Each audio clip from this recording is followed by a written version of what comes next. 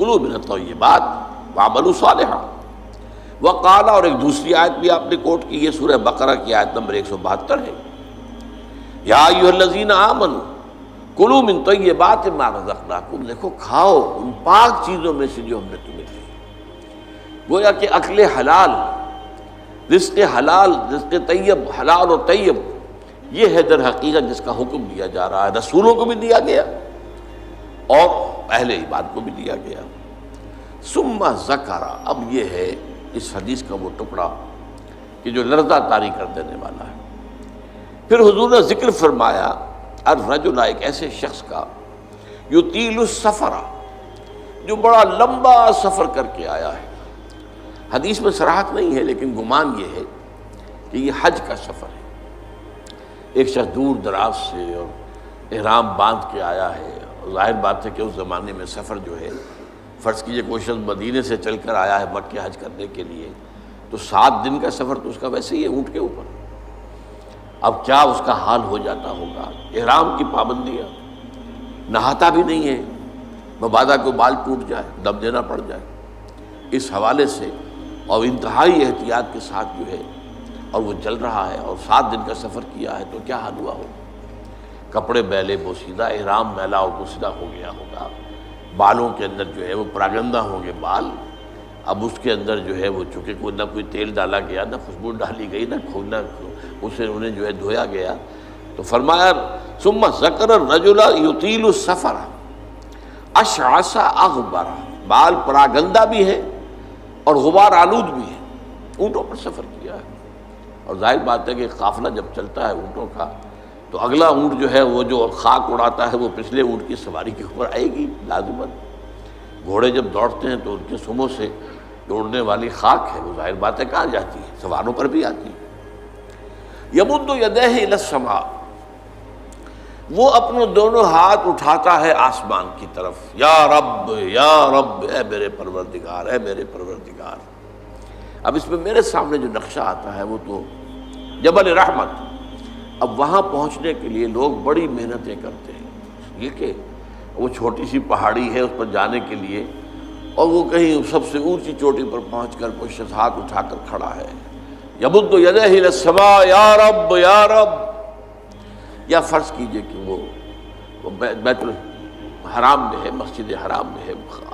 خاص خانہ کعبہ کے سامنے پکار رہا ہے اللہ، وَمَطْعَمُهُ حَرَامٌ، حال یہ ہے کہ جو اس کا کھایا ہوا ہے پیٹ میں وہ حرام ہے، وَمَشْرَبُهُ حَرَامٌ، اور جو اس کا پیا ہوا ہے وہ بھی حرام ہے، وَمَلْبَسُهُ حَرَامٌ، اور جو اس کا لباس ہے احرام، بہت قیمتی تولیوں کا وہ جو احرام ہے وہ بھی حرام کی کمائی سے آیا۔ وَغُذِیَ بِالْحَرَامِ، یہ سب سے آخری ٹکڑا سب سے اہم ہے، حرام کے ذریعے ہی غذا پائی ہے اس نے، اس کا تن و توش جو بنا ہوا ہے وہ حرام کی غذا سے بنا ہوا ہے۔ فَأَنَّىٰ يُسْتَجَابُ لِذَٰلِکَ، تو اس شخص کی دعا کیسے قبول ہے؟ قبولیت دعا کے اندر سب سے بڑی رکاوٹ اکل حرام، آپ دعا کرتے رہے اللہ سنے گا ہی نہیں۔ انا یستجاب، کہاں سے، کیسے قبول کیسے ہو؟ وہ تو تم خود اپنی اس دعا کے راستے میں سب سے بڑی رکاوٹ ہو۔ تم اپنی آمدنی کا جائزہ لو، غور کرو، اس میں کمائی کے اندر کوئی حرام تو شامل نہیں ہے، کوئی ناجائز طریقہ تو شامل نہیں ہے، کوئی براہ راست سود کا عنصر تو نہیں ہے، بالواسطہ سود جو ہے وہ تو نہ میں بچا ہوا ہوں نہ آپ بچے ہوئے ہیں، پورا ہمارا معاشی نظام جو ہے وہ سود پر مبنی ہے۔ ایک گندم کا دانہ بھی ہم کھاتے ہیں تو اس میں سود ہے، اس کے لیے بیج خریدا گیا سودی قرضے پر، اس کے لیے فرٹیلائزرز خریدے گئے سودی قرضے پر، اس کے لیے پیسٹی سائیڈز خریدے گئے سودی قرضے پر، ٹریکٹر خریدا گیا سودی قرضے پر، تو ایک ایک دانے میں سود ہے۔ وہ سود تو میرے اندر جا ہی رہا ہے، اس کے بغیر تو چارہ نہیں ہے۔ یا ہوا میں، جیسے کہ حضور نے فرمایا صلی اللہ علیہ وسلم کہ ایک زمانہ آئے گا کہ چاہے کوئی شخص سود کھائے گا نہیں، لیکن سود کا غبار یا دھواں، غبار یا دخان کا لفظ ہے دھواں، اس کے اندر ضرور جائے گا۔ فرض کیجئے کہ فضا کے اندر ڈسٹ سسپینشن ہو گئی ہے، گردہ ہے، اب ظاہر بات ہے سانس تو آپ کو لینا ہے، سانس تو لینا چھوڑ نہیں سکتے، آپ مر جائیں گے، کیسے ہوگا؟ سانس کے ساتھ غبار لازم بن جائے گا، اندر پھیپھڑوں میں جائے گا، کوئی آپ کو روکنے کا کوئی ذریعہ آپ کے پاس نہیں ہے۔ یا کہیں جو ہے جو دھواں بھر گیا ہے، فرض کی جیسے آگ لگتی ہے بڑی اونچے ہوٹلوں کے اندر، 14ویں منزل کے اوپر جو ہے آگ لگی ہے، کمروں کے اندر دھواں بھر گیا، کہاں جائے لوگ؟ 14ویں منزل سے چھلانگ لگائیں تو ویسے ختم، ہڈیاں جو ہے اس کا چورا ہو جائے گا۔ بہرحال جو بھی شکل جو بیتتی ہے، تو سانس تو لینے پر مجبور ہے، جب تک بھی سانس آئے تو دھواں اندر جائے گا۔ یہ دور وہ ہے کہ جس کی فضا میں سود موجود ہے،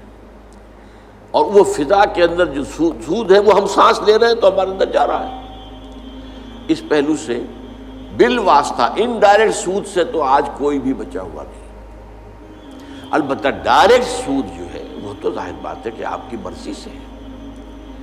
آپ نے سودی قرضہ لیا ہے اپنا کاروبار بڑھانے کے لیے،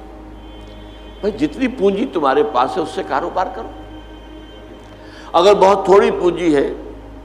تو سر پر اٹھاؤ کوئی ٹوکری پھل کی اور بیچو، اگر اس سے زیادہ ہو جائے تو چلو وہ ریڑھی لے لو، اس سے زیادہ ہو جائے کھوکا بنا لو، اس سے زیادہ ہو جائے دکان بنا لو، اس سے زیادہ ہو جائے ایکسپورٹ امپورٹ کرو، لیکن رہو اپنی چادر کے اندر جو تمہاری اپنی پونجی ہے۔ بینک سے قرض لے کر اپنا کاروبار پھیلانا یہ تو تمہارا اپنا انٹینشنل، تمہارے اپنے چوائس کا فیل ہے، اس پر تم پکڑے جاؤ۔ مکان ہے، بڑی عالیشان کوٹھی بنانی ہے، عالیشان محل بنانا ہے، قرض لیا۔ زندگی گزارنے کے لیے چھت میسر ہو سر کے اوپر گزارا کے قابل جو ہے سکونت آپ کے پاس ہو تو بہت ہے۔ ہمیشہ تو نہیں رہنا تمہیں یہاں، ایک وقت آئے گا کہ چاہے وہ محل ہو